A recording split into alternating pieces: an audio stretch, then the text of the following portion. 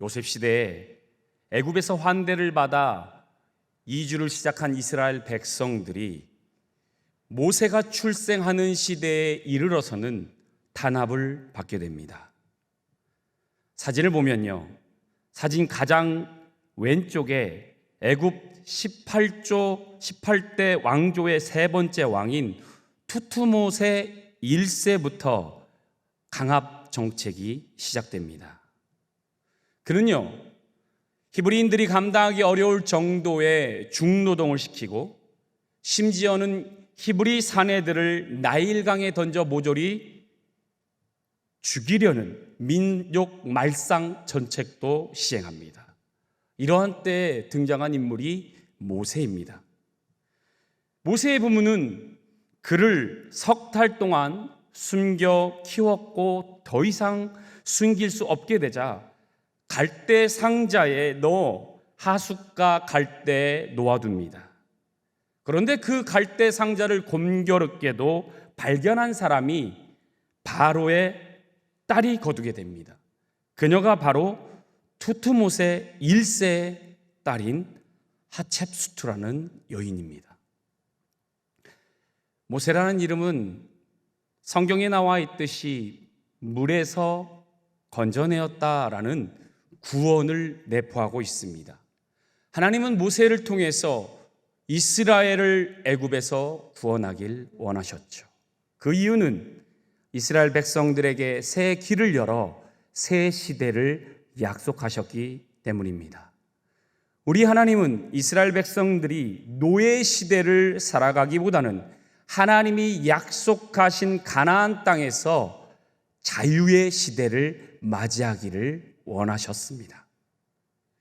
하나님은 우리들 역시 이스라엘 백성과 같이 하나님이 약속하신 새 길을 열어 새 시대로 나아가길 원하십니다. 소망이 없어 보이는 때일지라도 새로운 소망을 찾아 새 시대로 나아가길 원하십니다. 우리들이 하나님이 약속하신 말씀들을 회복하여 축복 안에 거하기를 바라고 계십니다. 그래서 저는 이 시간 여러분과 함께 출애굽 당시 모세와 이스라엘 백성들의 모습을 살펴보면서 새 길을 열어 새 시대를 준비하기 위해 우리들에게 필요한 것들이 무엇인지를 함께 나누어 보고자 합니다. 먼저 모세가 바로 왕과 대결하는 장면을 보겠습니다. 오늘 말씀 11장 27절 말씀입니다. 믿음으로 애굽을 떠나 왕의 노함을 무서워하지 아니하고 곧 보이지 아니하는 자를 보는 것 같이 하여 참았으며. 사진을 다시 한번 보겠습니다. 하첵수트, 이 여인은 투트모세 2세와 결혼을 하지만 아이가 없어요. 투트모세 2세는 요절을 하고 맙니다. 그 후 하첵수트는 투트모세 3세를 왕위에 올리지만 너무 어리다 보니 하첵수트가 20년간 섭정을 하게 됩니다. 그러다 보니 투트모세 3세는 모세와 왕위 자리를 놓고 경쟁을 하는 관계가 되고 맙니다. 모세가 애굽인을 죽였을 때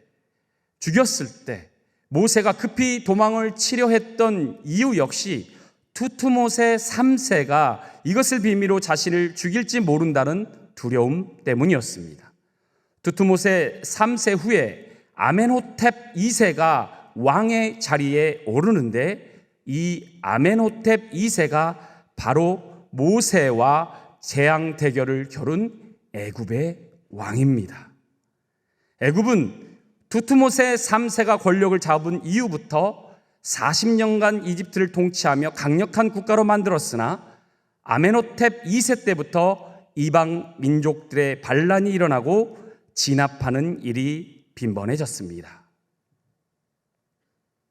네, 갑자기 성경의 역사를 말씀드려서 죄송합니다. 이러한 시기에 모세가 아멘호텝 2세 왕을 찾아와 이스라엘 석방을 요구하면서 대결을 청하고 있어요. 이방 민족을 잡고 이방 민족의 반란을 적절하겠다 말한 이 아멘호텝 2세 왕을 찾아가서 대결을 요청한 겁니다. 즉시 그 자리에서 죽음을 당할 수도 있고요, 체포를 당할 수도 있는 자리에도 불구하고 모세는 두려움 없이 당당히 그 왕 앞에 나아갑니다. 무서움이라고는 찾아볼 수가 없는 모습으로 왕 앞에 서 있습니다. 그러나 여러분, 모세는요, 두려움이 많은 자였습니다. 떨기나무 아래에서 하나님께서 모세를 불러 이스라엘의 구원을 요구하실 때 그는 이렇게 말합니다. 출애굽기 4장 1절 말씀이에요. 모세가 대답하여 이르되 그러나 그들이 나를 믿지 아니하며 내 말을 듣지 아니하고 이르기를 여호와께서 내게 나타나지 아니하셨다 하리이다. 두려워하고 있어요. 두려워하는 모습이 이 말씀 속에 그대로 나타나 있어요. 백성들이 자신을 신뢰하지 않으면 어떡해요? 라고 두려워해요. 하나님이 자신에게 나타나지 않으면 어떡해요? 하면서 염려하고 있어요. 이에 하나님은요, 지팡이 표적과 나병 치유 표적을 보면서 이 모세가 두려워 떨고 있는 것을 진정시켜 줍니다. 그럼에도 모세는 자신이 없다고 합니다. 출애굽기 4장 10절에 보면 모세가 여호와께 아뢰되 오 주여, 나는 본래 말을 잘하지 못하는 자나이다. 주께서 주의 종에게 명령하신 후에도 역시 그러하니 나는 입이 뻣뻣하고 혀가 둔한 자니이다. 여러분, 세기를 여는 자에게 가장 큰 적이 무엇인 줄 아십니까? 바로 두려움입니다. 바로 왕과 같은 우리 눈앞에 있는 문제들이 큰 적이 아닙니다. 가장 큰 적은 우리 안에 있는 두려움입니다. 하나님을 온전히 믿지 못하는 두려움 말입니다. 두려움은요, 모든 실패의 원인이 됩니다. 자신의 현실을 두려워하고 자신의 문제를 두려워하면 그 두려움이 우리 자신을 가두어 버리고 맙니다. 이 사실을요, 사단은 너무나 잘 알고 있습니다. 그래서 세기를 열고자 하는 믿음의 사람들에게 자꾸만 두려움을 주려고 합니다. 두려움을 통해서 예수 그리스도의 산 소망을 가지지 못하게 하려는 것입니다. 우리 교회에 선교교육과 또한 열방 기도회 때 강사로 오신 두 분의 목사님이 계셨습니다. 선교교육 때는 북한 선교를 하시는 목사님이 오셨고요, 또 열방기도회 때는 이주민 사역을 하시는 목사님께서 오셔서 은혜로운 말씀을 나누어 주었습니다. 두 분이요, 서로 다른 말씀을 나누었어요. 그런데요, 저에게는요, 한 은혜의 말씀처럼 들렸습니다. 두 분이 다른 말씀을 나눴는데 그분들이 나눈 말씀을 종합해 보면 내 안에 두려움을 이길 때 참 평안이 찾아온다라는 말씀이었어요. 북한 사역을 하시는 목사님은요, 중국에서 탈북자를 돕다가 옥에 갇히게 되었대요. 그 옥에서요, 열악한 감옥 생활을 하면서 또한 중국 수감자들과 함께 수감 생활을 하면서 괴로움을 당하고 자꾸 구타도 당하고 그런 상황에서 두려움이 있었대요. 좌절 속에 있었대요. 그럴 때마다 기적적으로 받은 하나님의 말씀을 조금씩 읽고 그 말씀을 마음에 새겼을 때 감옥에 있는데 평안해지더래요. 감옥에 있는데 그 두려움이 사라져 버렸대요. 이주민 사역을 하시는 목사님은요, 이주민 사역 가운데 뇌진탕으로 몸이 아프고 현재도 뇌출혈 증세가 있어서 말도 어눌하고 행동이 부자연스러워 삶이 괴롭고 언제 죽을지도 모른다는 두려움 속에서 지냈는데요, 하나님께 매일 기도, 하나님께 매일매일 기도를 통해서 은혜를 입자 죽음에서 해방을 하고 마음속에 그 두려움은 사라지고 참된 평안 안에 거할 수 있다는 말씀을 나누었습니다. 성도 여러분, 출애굽기 4장에서 모세가 하나님과 대화를 나누기 시작하자 모세의 심령에서는 아주 작은 믿음이 자라기 시작합니다. 하나님이 주신 이스라엘 구원에 대한 산 소망이 그 마음속에 조금씩 싹트기 시작합니다. 모세 안에 있던 두려움은 조금씩 사라져가고 믿음이 점점 자라게 됩니다. 바로왕을 향해서 제안을 하며 10가지 재앙을 이야기할 때는 왕을 향해서 호통을 칠 정도로 담대해집니다. 노발대발하는 바로 왕 앞에서 전혀 두렵지 않을 정도의 믿음이 강해져 버립니다. 여러분, 모세가 이렇게 강해진 이유가 무엇일까요? 모세 안에 있는 두려움이 사라진 그 이유가 무엇일까요? 그 이유는요, 하나님만 바라보았기 때문입니다. 모세가 바로왕과 그의 군대가 가득한 왕궁에 들었을 때요, 그 안에 들어갔을 때 인간적으로 어찌 두렵지 않았겠습니까? 두려운 주변 환경이었을 것이에요. 하지만 모세는 바로왕과 바로의 군대를 보지 않았습니다. 그는요, 바로왕보다 더 크신 위대한 하나님을 바라보았습니다. 눈에 보이지 않지만 믿음의 눈으로 하나님만 바라보았습니다. 사랑하는 성도 여러분, 하나님의 사람은 문제를 보지 않아요. 문제보다 더 크신 하나님을 바라보아야 해요. 믿음의 사람들이 바라보는 시선은 달라야 합니다.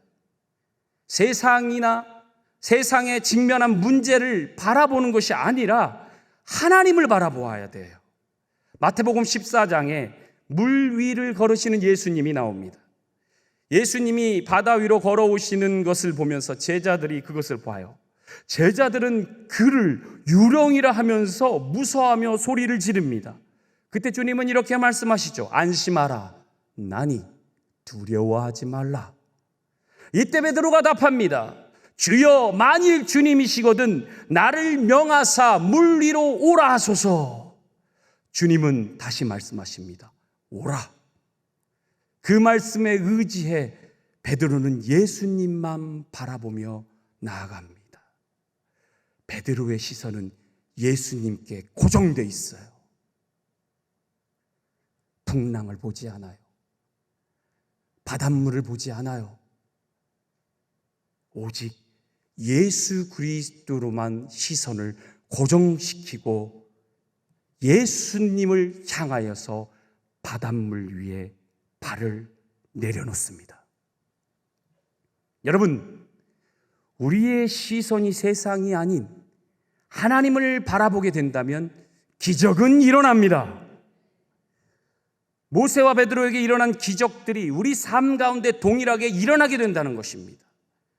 오직 우리들의 눈이 주님만 향하면 돼요. 주 하나님을 바라는 믿음의 눈만 가지면 되는 것이에요. 엘리사 선지자가 사완의 눈을 열어서 하늘의 천사들을 보자 사완은 더 이상 두려워하지 않게 되죠. 베드로가 예수님만 바라보았을 때 폭풍이 두렵지 않고 바닷물이 두려워하지 않게 됩니다.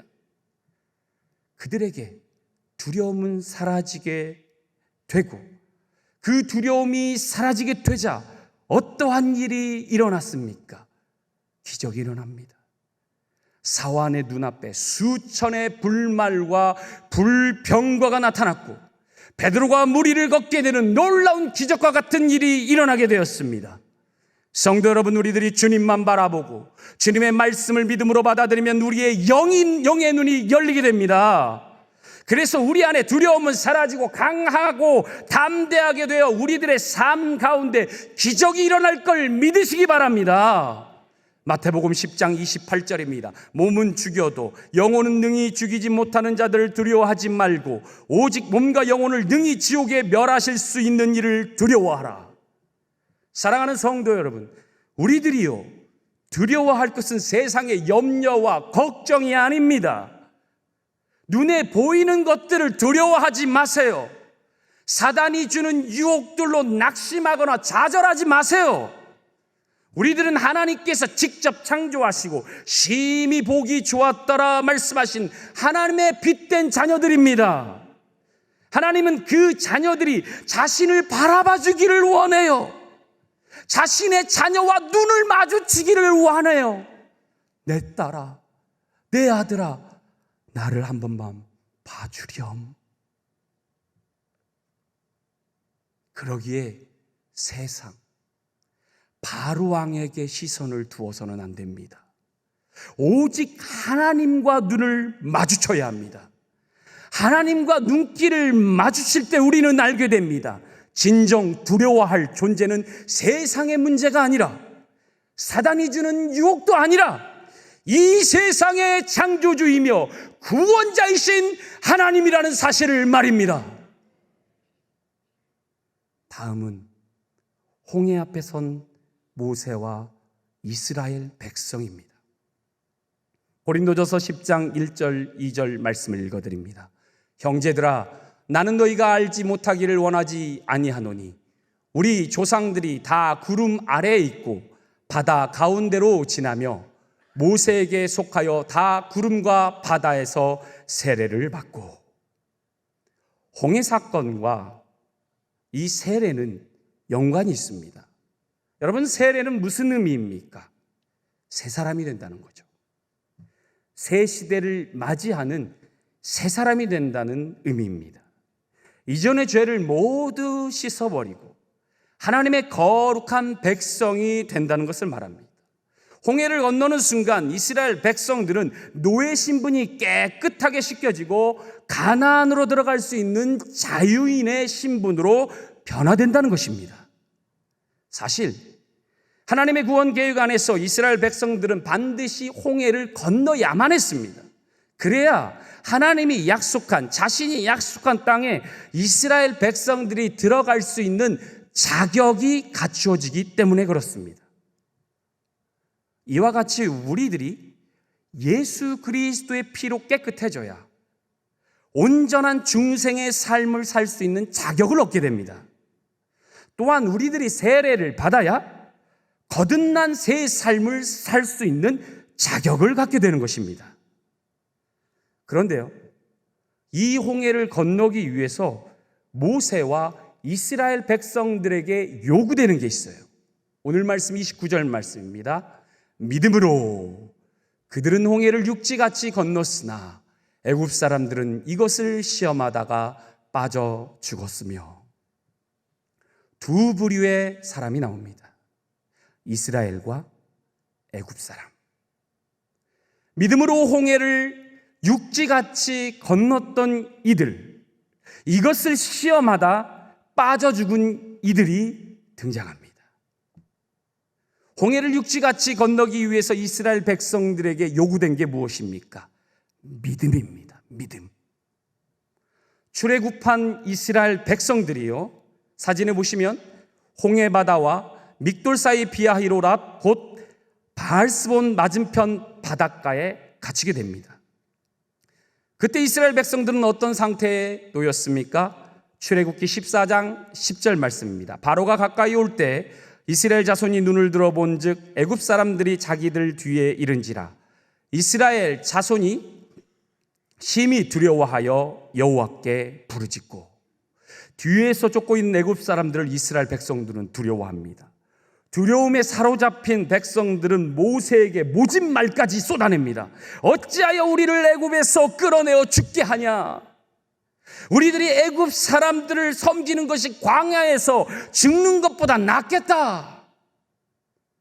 이스라엘 백성들이요, 애굽에서 나올 때만 해도요 담대히 나아갔다고 성경은 적고 있습니다. 두려움 없이 담대히 하나님을 믿고 모세를 따라 나아갔다고 성경은 말하고 있습니다. 그런데 지금 그 이스라엘 백성들이 모세와 하나님을 향해서 원망과 한탄이 섞인 불평들을 늘어놓고 있습니다. 여러분, 우리들이 그래요. 오늘 믿음이 있는 듯한데요, 약간의 어려움만 생기면 금세 그 믿음이 작아져 버려요. 말씀을 들을 때는 믿음으로 그 고난과 역경을 이길 수 있습니다 라고 말하면서 이길 수 있는 것 같이 보이지만요, 작은 시험, 작은 유업 하나만 만나도요 우리는 쓰러져 버려요. 너무나 쉽게 쓰러져 버리는 게 우리들이에요. 이때 모세는 이스라엘 백성들을 향해서 어떤 선포의 말씀을 하십니까? 출애굽기 14장 14절입니다. 여호와께서 너희를 위하여 싸우시리니 너희는 가만히 있을지니라. 두려워 공포에 떨고 있는 이스라엘 백성들을 향해서 너희는 두려워 말고 가만히 서서 여호와께서 오늘 너희에게 행하실 구원을 보라라고 선포를 합니다. 저는 2년 6개월 동안 몽골 교회를 방문을 못했어요. 한국에 있으면서 몽골 교회가 코로나로 인해서 많은 어려움을 당하고 있다고, 많은 어려움 속에 있다고 SNS를 통해서 들었어요. 교회 예배드리기 어려워요, 목사님. 외국 종교에 대해서 불만과 혐오가 너무나 증가되고 있어요. 교회가 어떻게 될지 모르겠어요. 이런 소식을 들을 때마다 저의 마음은요, 불안했어요. 어떻게 해야지? 지금이라도 몽골을 돌아가야 하는 건가? 무엇을 해야 할지 머리가 너무나 복잡했어요. 저는 할 수 없이 하나님께 기도했어요. 하나님, 도와주세요. 하나님, 제가 무엇을 해야 합니까? 지금 당장 행해야 할 것을 알려주십시오. 그러면 제가 나아가서 그 일을 행하겠습니다. 그때 주님이 저의 마음속 깊은 곳에 이런 답을 주셨어요. 상경아, 너는 두려워 말고 가만히 서서 내가 행한 일을 보거라. 저는 이 마음속 깊이 주신 하나님의 말씀을 의지하면서 조금씩 모세와 같이 아주 작은 믿음이 생겨났어요. 현지 목사님을 위해서 기도했고, 현지 몽골 교회를 위해서 믿음을 가지고 기도했어요. 낙심하지 않고 교회가 다시 일어서기를, 몽골 목사님이 다시 일어서기를 간절히 기도하면서 기다렸어요. 그리고 사진에 나온 것처럼 저번 달에 몽골을 방문했습니다. 사실 몽골 교회 사정 그렇게 녹록하지 않았습니다. 하지만 성도들을 만났을 때 성도들의 마음은 그 누구보다도 평안했고요. 특별히 현지 목사님, 둔매 목사님의 얼굴은 밝았어요. 사진에 나온 것처럼. 네, 딸을 이렇게 안고 너무나 반긋 웃고 있죠. 그리고 저에게 끊임없이 차를 타면서 이야기를 해줬어요. 목사님, 새로운 부흥을 꿈꾸고 싶어요. 더욱더 이것도 하고 싶어요. 저것도 하고 싶어요. 이런 계획들을 저에게 끊임없이 이야기를 하는 거였어요. 저는 내색은 하지 않았지만 놀랍고 신기했습니다. 힘들다고 말할 법도 한데, 그만두겠다고 말할 법도 한데, 오히려 더 열심히 하겠다고 이야기하는 거예요. 교회 성도가 줄어들고 청년들이 많이 떠났다고 낙심할 법도 한데 다시 일어설 수 있다고, 목사님 더 기도해달라고, 더 함께해달라고 당당하게 저에게 이야기하는 거예요. 제가 한국에 있을 때는요, 제가 할 수 있는 일은 몽골 땅을 바라보면서 가만히 서 있는 일밖에 없었습니다. 그러나 하나님은 일하셨습니다. 하나님이 친히 그 교회를, 몽골의 교회를 돌보시고 몽골의 아버지 목사님과 그 지도자들을 인도해 주셨습니다. 그들에게 새 힘을 불어넣어 주신 것입니다. 성도 여러분, 저는 여러분에게 아무것도 하지 말고 서 있기만 하라고 말하는 것이 아닙니다. 제가 말하고 싶은 것은 하나님의 역사를 여러분의 생각으로, 여러분의 능력으로 제한해서는 안 된다는 것을 말하는 것입니다. 새 시대, 새 길은요, 내가 여는 것이 아니에요. 하나님이 열어주셔야 해요. 우리의 노력이나 열심이 아닌 하나님의 인도하심을 순종함으로 행할 때 이루어지는 것이에요.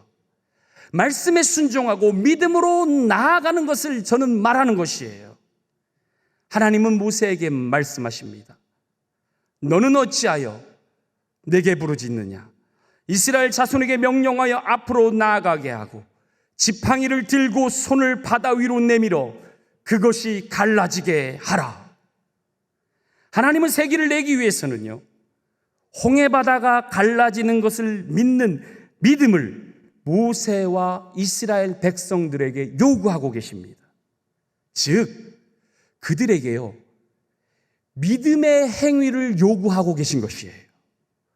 이스라엘 백성들이 홍해 바닷길로 나아갈 수 있는 믿음을 갖기를 원하시는 거예요.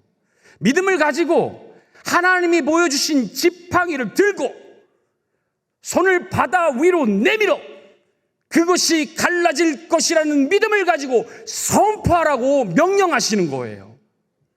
여러분, 우리는요, 홍해가 갈라지는 결과를 말씀을 통해 알고 있으니 아멘, 아멘, 아멘. 그래요, 홍해 갈라졌어요. 이스라엘 백성이 통과했어요. 쉽게 말합니다. 하지만 잘 생각해 보세요. 지금 눈앞에 있는 바다를 보면서 그 바다가 갈라질 것이니 그 바다 속으로 나아가라! 누가 나아가겠어요? 저 같아도 나아가지 않아요. 너무 무서워서. 누가 쉽게 그 바닷속을 믿음으로 나아가겠어요? 하지만 성도 여러분, 바다가 갈라지려면요, 홍해 바다가 갈라지려면요, 바다에 발을 내딛는 믿음의 행위가 필요합니다. 지팡이를 내밀고 기적을 선포하고 그것이 이루어진다는 믿음의 행위를 이루어져야 합니다. 아브라함이요, 이삭을 믿음으로 드리는 믿음의 행위가 있을 때 열국의 아비가 된 것이에요. 다니엘이요, 하나님이 우리를 지키신다는 믿음을 가지고 풀무불과 사자굴 속에 들어가는 믿음의 행위를 드렸을 때 다니엘과 그 친구들이 구원을 얻은 것이에요. 예수님이 마리아와 마르다를 찾아가 죽음을 이기는 믿음을 요구했을 때 그들은 나사로가 다시 살 것이라는 믿음을 가지고 무거운 무덤에 돌을 옮기는 믿음의 행위를 했을 때 죽은 나사로가 다시 살아난 것입니다. 사랑하는 성도 여러분, 우리들이 새 길을 여는 자가 되기 위해서는요, 하나님께 우리의 믿음의 행위를 드려야 합니다. 헌금을 드릴 때에도 현재가 아닌 앞으로 이루어질 소망들에 감사하면서 그것이 이루어진다라는 믿음을 가지고 드리시길 바랍니다. 기도를 할 때도 우리 가정과 교회가 축복된 교회가 될 것이라는 믿음으로 기도를 올리시기 바랍니다. 먼저 믿음으로, 이루어진다는 믿음으로 그 믿음의 행동을 하나님께 드리시는 성도 되시길 바랍니다. 이스라엘 백성들이 믿음의 행위를 드렸을 때 그들 눈앞에 바다가 갈라지는 역사가 일어났고 바다 한가운데 마른 땅으로 나아가는 구원과 축복을 누렸다는 사실을 여러분 기억하시기 바랍니다. 이와 같이 우리들도 하나님이 각자에게 주신 믿음의 분량대로 하나님께 우리의 믿음을 보여주시는 성도 되기를 바랍니다. 마지막으로 미가서 2장 13절 말씀입니다. 우리 함께 읽어보도록 하겠습니다. 시작. 길을 여는 자가 그들 앞에 올라가고 그들은 길을 열어 성물에 이르러서는 그리로 나갈 것이며 그들의 왕이 앞서가며 여호와께서는 선두로 가시리라. 아멘. 사랑하는 성도 여러분, 우리 대장 되신 예수님이 길을 여는 자로 우리들의 선두에 서서 나아가겠다고 약속해 주십니다. 우리들 스스로 새 길, 새 시대를 열 수는 없습니다. 우리는 단지 새 길, 새 시대를 선두에서 여시는 예수님을 믿고 따라가기만 하면 됩니다. 두려움과 불안함으로 막혀있는 벽을 허무시고 길을 만드시는 예수님을 믿고 나아가는 그 믿음을 우리는 드리기만 하면 됩니다. 또한 그분이 행하시는 그 일들을 바라보는 넉넉한 믿음을 가지고 그 믿음을 날마다 선포하며 기적을 맛보시는 우리 상당의 성도님 모두 되시길 주님의 이름으로 축복합니다. 기도하겠습니다. 새 길을 여시고 새 시대를 여시는 주님, 이제 우리의 시선을 주님께로 고정하기를 원합니다. 주님, 우리들은 세상의 염려와 걱정으로 두려움과 불안 속에서 떨고 있었습니다. 하지만 이제 더 이상 아래 것이 아닌 위의 것인 하늘의 것을 바라보길 원합니다. 오직 우리의 길이요 진리요 생명 되시는 주님만 바라보게 하여 주시옵소서. 주님, 우리의 믿음이 부족합니다.